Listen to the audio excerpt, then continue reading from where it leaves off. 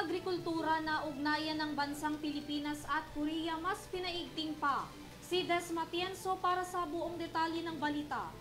Pinaigting pa ng Pilipinas at Korea ang pakikipag-ugnayan ng dalawang bansa sa usaping pang-agrikultura bilang paggunita ng kanilang 75th anniversary bilateral ties.